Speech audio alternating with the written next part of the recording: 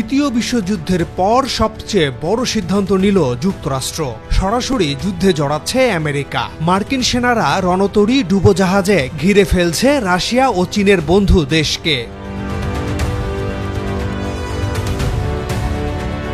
হ্যাঁ, নিজেকে শান্তির বার্তাবাহক হিসেবে দাবি করা ট্রাম্প নিজেই এবার যুদ্ধের ডাক দিয়েছেন।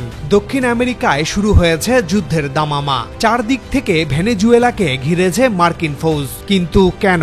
ভেনেজুয়েলায় সামরিক ঘাঁটি নিয়ে বসে থাকা রাশিয়া ও চীন এবার কি করবে, তুলে ধরছি বিস্তারিত।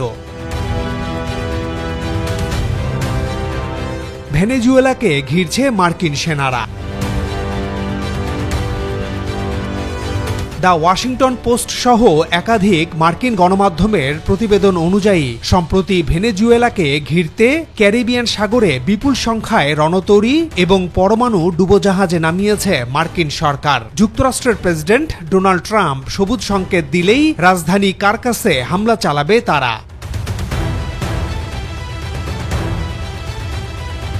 সংবাদ মাধ্যম দ্য ওয়ার জোন জানিয়েছে, ভেনেজুয়েলার সৈকত সংলগ্ন এলাকায় বাহিনী মোতায়েন করতে এই আগস্টের তৃতীয় সপ্তাহে একটি এক্সিকিউটিভ অর্ডারে সই করেন ট্রাম্প। তার আগে অবশ্য পেন্টাগনের শীর্ষ কর্মকর্তাদের সঙ্গে বেশ কয়েকবার বৈঠক করেন তিনি। এরপরেই ক্যারিবিয়ান সাগরের দিক থেকে কারাকাসকে ঘিরতে শুরু করে মার্কিন নৌসেনা।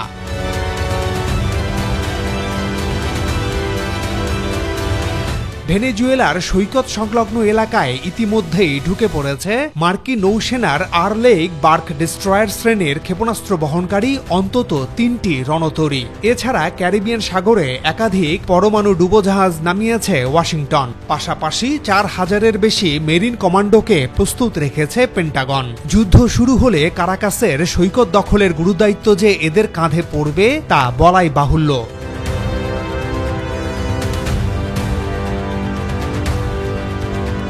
কেন ট্রাম্পের টার্গেটে ভেনেজুয়েলা? দক্ষিণ আমেরিকার একেবারে উত্তর প্রান্তে অবস্থিত ভেনেজুয়েলা।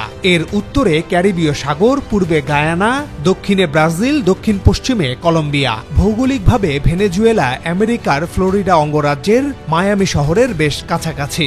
আকাশপথে মায়ামি ও ভেনেজুয়েলার রাজধানী কারাকাসের দূরত্ব মাত্র ১৩৬০ মাইল।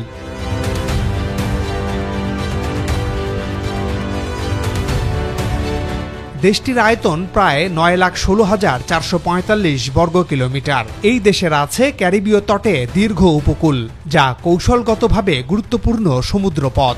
জনসংখ্যা ২,৮৫,০০,০০০-এর মতো। এই দেশের প্রাকৃতিক সম্পদ, বিশেষ করে তেলের মজুদ সারা পৃথিবীর মধ্যে সবচেয়ে বেশি। ৩০৩ বিলিয়ন ব্যারেল তেল মজুদ আছে দেশটির মাটির নিচে।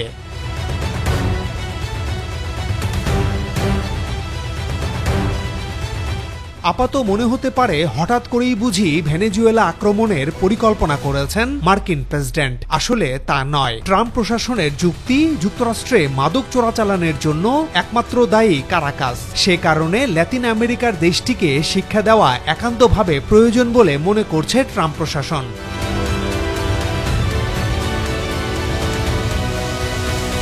২০১৩ সাল থেকে ভেনেজুয়েলার প্রেসিডেন্ট পদে রয়েছেন নিকোলাস মাদুরো। যদিও তাকে রাষ্ট্রপ্রধান হিসেবে মানতে নারাজ ওয়াশিংটন। যুক্তরাষ্ট্রের অভিযোগ, অন্যায়ভাবে কারাকাসের ক্ষমতা দখল করে রেখেছেন তিনি। আর তাই নির্বাচনের নামে ল্যাতিন আমেরিকার দেশটিতে চলছে প্রহসন। মাদুরোর নামে একটি গ্রেপ্তারি পরোয়ানাও জারি করেছে মার্কিন সরকার। তাকে ধরিয়ে দিলে $৫ কোটি পুরস্কার দেবে ট্রাম্প প্রশাসন, বাংলাদেশি মুদ্রায় যা ৬০০ কোটি টাকা।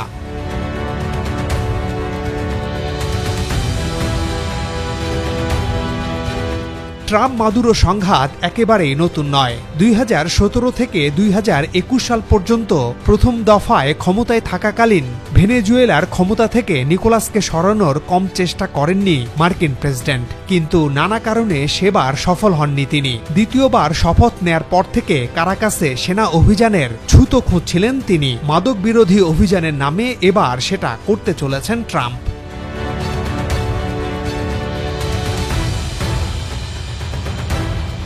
নেপথ্যে চীন, রাশিয়া, ইরান। ভেনেজুয়েলায় রাজনৈতিক পালাবদলের চেষ্টার নেপথ্যে আমেরিকার আছে অন্য উদ্দেশ্য। গত কয়েক বছরে রাশিয়া এবং চীনের সঙ্গে ঘনিষ্ঠতা বৃদ্ধি করেছেন নিকোলাস মাদুরো। বিশ্বের যেসব দেশে ইরানের সমরাস্ত্র কারখানা আছে তার একটি ভেনেজুয়েলা। ইরান ইসরায়েলে যুদ্ধের সময় ইরানকে নিরঙ্কুশ সমর্থন দিয়েছিল এই দেশ।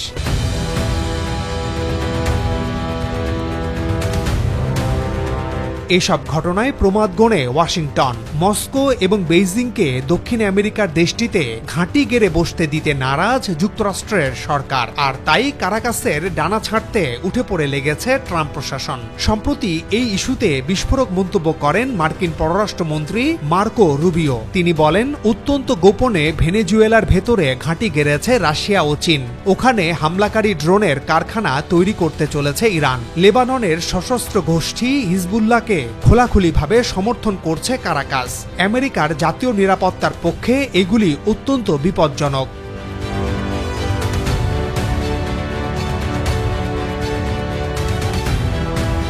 আমেরিকার অভিযোগ, ভেনেজুয়েলায় সক্রিয় রয়েছে চীনা গুপ্তচর বাহিনী। যুক্তরাষ্ট্রের বিরুদ্ধে বড় রকমের ষড়যন্ত্রে লিপ্ত রয়েছে তারা। প্রতিরক্ষা বিশ্লেষকদের অনেকে মনে করেন এসব কিছুই ব্যর্থ যুক্তি। আসলে কারাকাসের খনিজ তেলের বিপুল ভাণ্ডার কবজা করতে চাইছে ওয়াশিংটন, আর তাই মাদক মাফিয়া থেকে শুরু করে নির্বাচনে প্রহসন এবং মস্কো বেইজিং ষড়যন্ত্রের আষাঢ়ে গল্প সাজাচ্ছে ট্রাম্প প্রশাসন।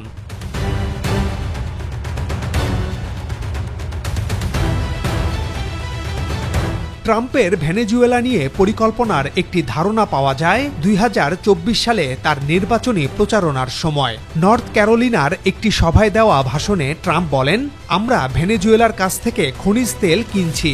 এটা দুর্ভাগ্যজনক, কারণ আমার প্রথম দফার শাসনকালে পতনের মুখে চলে এসেছিল কারাকাস।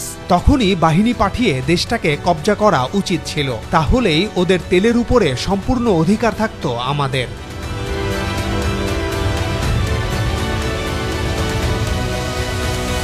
এমন এক পরিস্থিতিতে মার্কিন আগ্রাসনের বিরুদ্ধে রুখে দাঁড়িয়েছেন ভেনেজুয়েলার প্রেসিডেন্ট নিকোলাস মাদুরো। ইতিমধ্যেই দেশটির ৪৫ লাখ মানুষকে আমেরিকার বিরুদ্ধে অস্ত্র ধরার আহ্বান জানিয়েছেন তিনি। তারপরেই নাগরিকদের যুদ্ধের প্রশিক্ষণ দিতে শুরু করেছে কারাকাসের সেনা ও সরকার। পাশাপাশি এই ইস্যুতে আন্তর্জাতিক সমর্থন আদায়ের চেষ্টাও চালিয়ে যাচ্ছেন মাদুরো।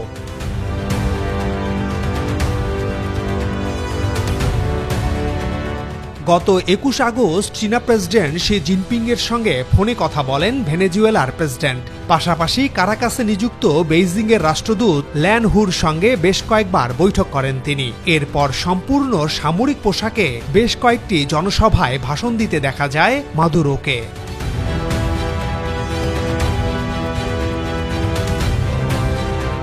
সহজে কি দখল হবে ভেনেজুয়েলা? ব্রিটিশ গণমাধ্যম দ্য গার্ডিয়ান বলছে, মার্কিন নৌবাহিনীর পক্ষে ভেনেজুয়েলা দখল করা মোটেই সহজ নয়, কারণ ৬ বছর আগে দেশের ভিতরে রাশিয়াকে গুপ্ত ঘাঁটি তৈরির অনুমতি দেয় কারাকাস। সেই সামরিক ছাউনিতে দূরপাল্লার ক্ষেপণাস্ত্র মোতায়েন রেখেছে মস্কো। মার্কিন আগ্রাসনের বিরুদ্ধে এগুলি অনায়াসেই ব্যবহার করতে পারে ক্রেমলিন।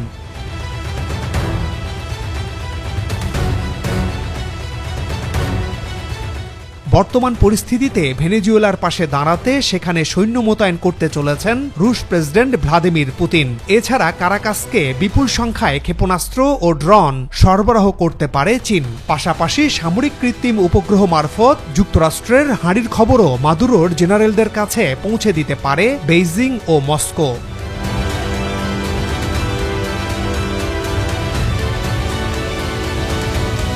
কিন্তু তারপরেও যুক্তরাষ্ট্রের বাহিনীর সামনে ভেনেজুয়েলা কতক্ষণ টিকতে পারবে তা নিয়ে যথেষ্ট সন্দেহ রয়েছে প্রতিরক্ষা বিশ্লেষকদের কারো কারো। তাদের অনুমান, কারাকাসের রাজনৈতিক ক্ষমতা বদলের জন্য আমেরিকার সেনাদের খুব বেশি বল প্রয়োগ করতে হবে না। তবে ল্যাতিন আমেরিকার দেশটিতে মার্কিন সেনা ঢুকে পড়লে গেরিলা যুদ্ধ চালিয়ে তাদের ক্ষয়ক্ষতি পরিমাণ বাড়াতে পারে মাদুরোর বাহিনী।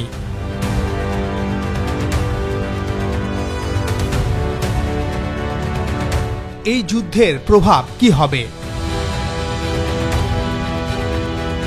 ভেনেজুয়েলার পতন হলে আন্তর্জাতিক রাজনীতিতে আসবে বড় বদল। সেক্ষেত্রে আরও একটি বন্ধু দেশকে হারাবে রাশিয়া, চীন ও ইরান। উল্টো দিকে ল্যাটিন আমেরিকায় বাড়বে মার্কিন প্রভাব। বিশ্ববাজারে খনিজ তেলের দামও ঊর্ধ্বমুখী হওয়ার আশঙ্কা বাড়বে। মার্কিন নিষেধাজ্ঞার কারণে দীর্ঘদিন ধরেই ইরান থেকে খনিজ তেলের আমদানি বন্ধ রেখেছে ভারত। অন্যদিকে রাশিয়ার কাছ থেকে সস্তা দরে তরল সোনা কেনার কারণে নয়াদিল্লির পণ্যে অতিরিক্ত শুল্ক চাপিয়েছেন ট্রাম্প। শুধু তাই নয়, মস্কো থেকে তেল নেওয়া বন্ধ না করলে ভারতকে নিষেধাজ্ঞার হুমকিও দিয়েছে আমেরিকা। ফলে বিকল্প হিসেবে ভেনেজুয়েলার কথা ভাবছে ভারতের কেন্দ্রীয় সরকার। যুদ্ধ বাধলে সেই বিকল্প হাতছাড়া হবে নরেন্দ্র মোদী সরকারের।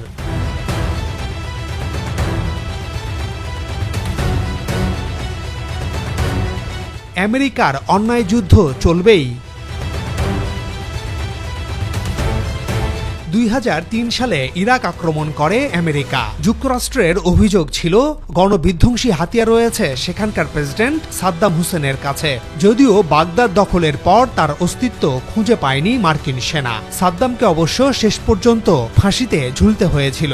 লড়াই থামার পর ইরাকের যাবতীয় তেলের খনির নিয়ন্ত্রণ পায় ওয়াশিংটন।